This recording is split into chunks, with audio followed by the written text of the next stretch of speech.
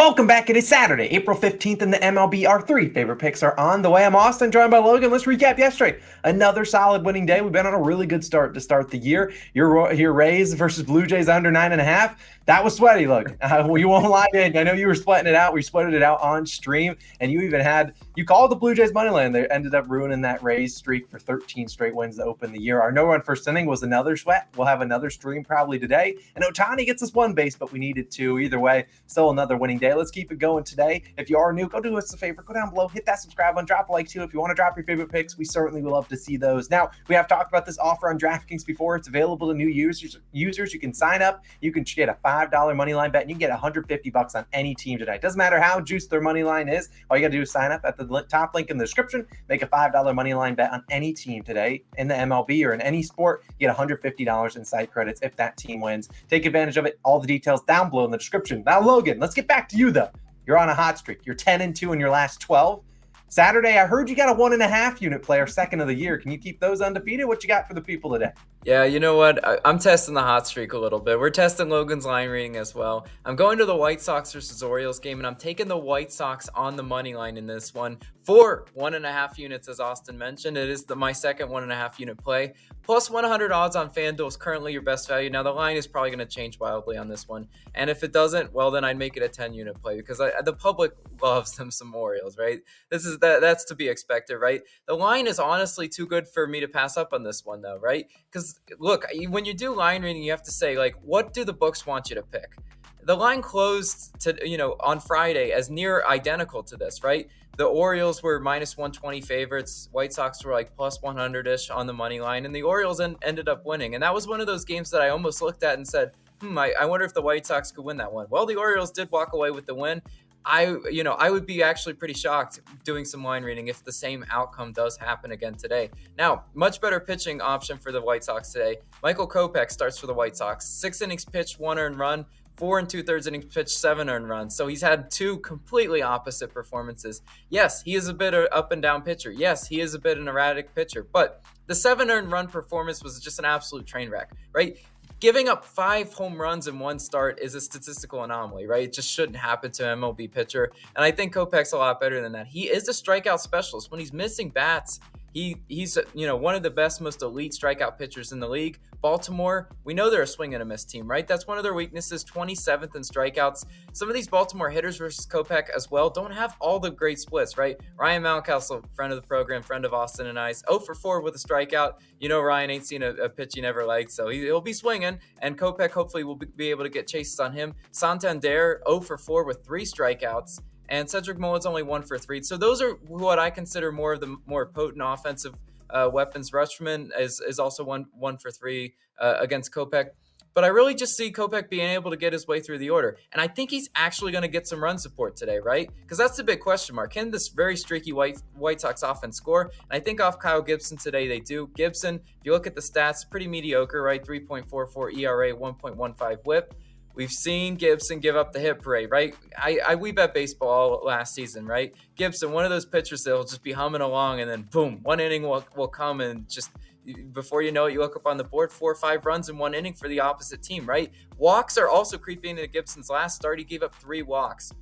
It's cause for concern for Gibson, right? Because if he's putting on some free base runners, this White Sox offense, even though they're inconsistent, 14th in average, 20th in OPS, they're still good enough to be able to hit those runners home, and I think that's what they're going to do today. No, Tim Anderson hurts, but again, we have to trust the line, right? I don't see Tim Anderson playing in this one.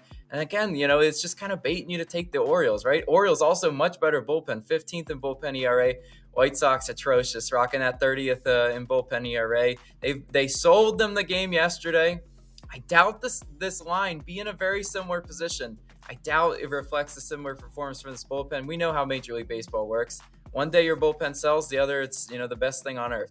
I don't know, but we'll see what we get today. I really do like the White Sox. I am very confident in the line read on this one, so I'm going to go ahead and take them at 1.5 units today. But Austin, What do you got for us? Yeah, Logan, I love the pick. Second 1.5 unit play of the year, and you're rocking that weekend shirts. Looks good on you. We brought out the weekend shirts today. Look, the baseball season's super long. We got to have some fun with it. But for my pick, I'm going to go away from the base props. I had a little bit of unluckiness there. We had a great start to the year, so 8-4 on props. But I'm going to go to an over/under, and I'm actually going to take an under in the latest game on the slate. A little late night Mariners chase, but I'm just going to take the Rockies and Mariners, take the under 8 runs. Now, this is minus 105 on Bet365. Now, this could go down to 7.5. I saw one book at 7.5. We are recording this on Friday evening, late at night. We have some plans Saturday morning, so we want to get this out early for you guys. But we look at this game, and we got two starting pitchers that it's unexpected. Very like Logan said, pitchers are going to have good starts. They're going to have bad starts. We're hoping for at least two mediocre starts. We're not asking for, and we can't give up 6 earned runs. So let's talk about the surface level. Mariners, very pitcher-friendly ballpark, which is what you want to see when you're taking an under at 8. Now, we do have the push potential. If they end on 8, we'll get our money back, but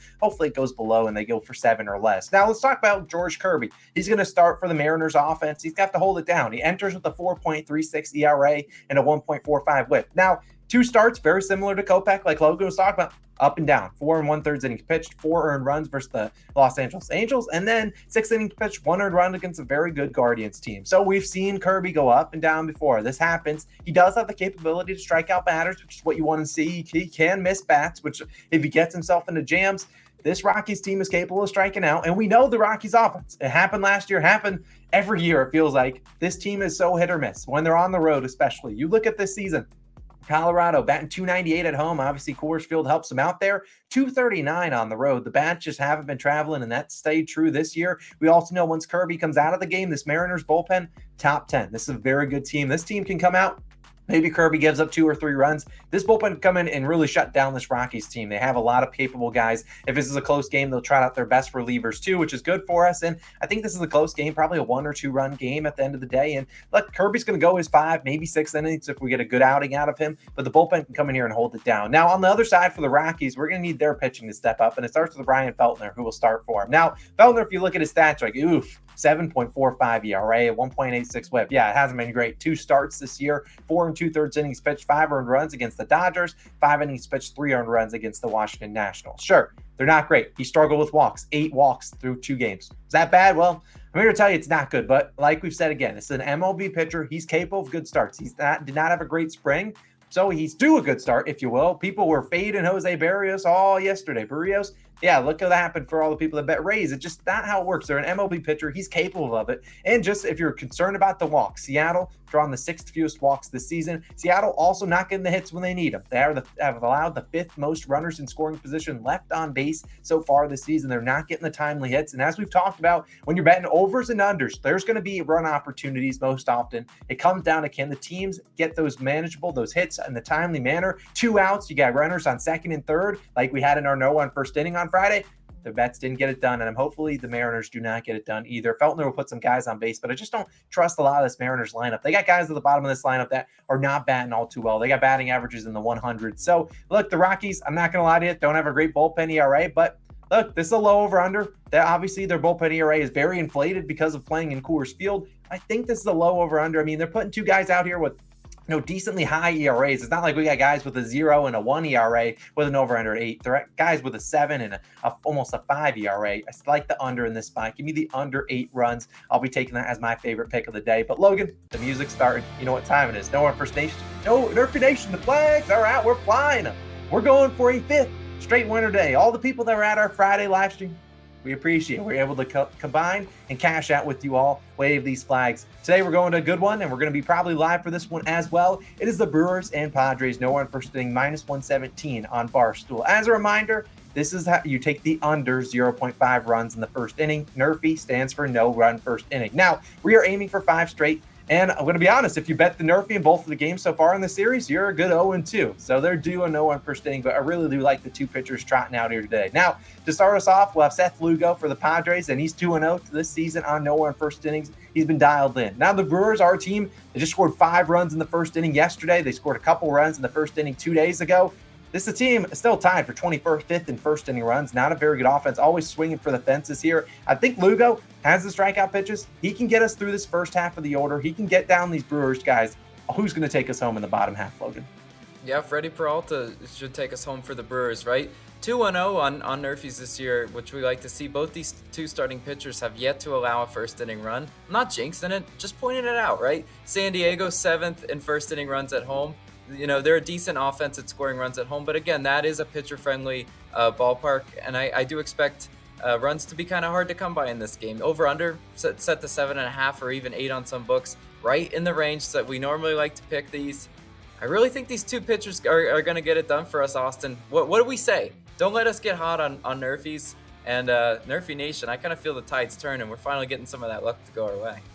Hey, Logan, I'm feeling great vibes. This feels like a 3-0 day for the people that are watching this far into the video. We are recording it, and Ty France just cashed our parlay of the day. So that is an electric start just for that Saturday. We're going to have a great parlay giveaway on Twitter. Probably already done it by now, but we appreciate you guys. Let's go 3-0. Let's have another great day. We'll see you guys on the live stream right around 4 o'clock p.m. Eastern time. We'll see you guys there. Let's cash another one. Let's cash our 2 picks. Let's bring out those brooms. I've been selling the sweep recently, Logan. I'm coming back with a winner day. Let's go 3-0. We'll see you guys back in the next one. Peace out.